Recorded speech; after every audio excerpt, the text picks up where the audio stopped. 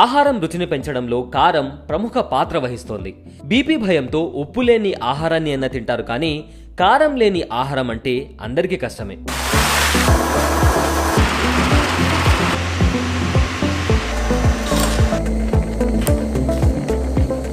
అందుకే మోసం రాజ్యమెళ్తున్న ఈ కాలంలో కారాన్ని వదలకుండా కల్తీ చేసేస్తున్నారు.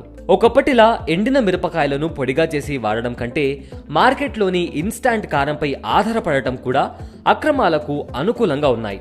దీంతో ఇటుక పొడి, ఫుడ్ కలర్, టాల్క్ పౌడర్, ఇసుక పొడి ఇవన్నీ కారం కంటే చౌకమైనవి కావడంతో అధిక ధర కలిగిన కారంతో కలిపివేయడానికి ఏమాత్రం సంకోచించట్లేదు. కారంలో కలిపేసి ప్రజల ఆరోగ్యాన్ని గుల్ల చేస్తున్నారు.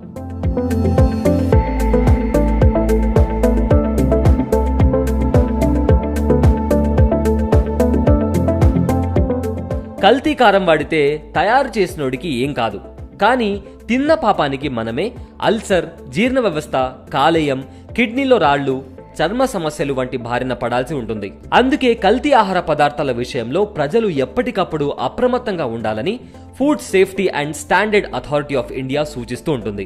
కల్తీ పదార్థాలను గుర్తించడానికి చిట్కాలను అందిస్తుంది. అందులో భాగంగా కల్తీ కారాన్ని గుర్తించడం కోసం నీటి పరీక్షను సూచించింది.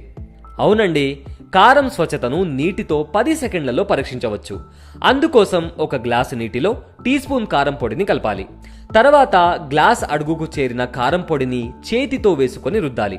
ఇలా చేసినప్పుడు ఏదైనా గరుకుగా తగిలినా, కంటికి కనిపించినా అది ఇసుక పొడి లేదా ఇటుక పొడితో కల్తీ చేసిందని అర్థం. రుద్దినప్పుడు తెల్లని నురుగ వస్తే అందులో సబ్బురాయిని ఉపయోగించి కల్తీ చేసినది.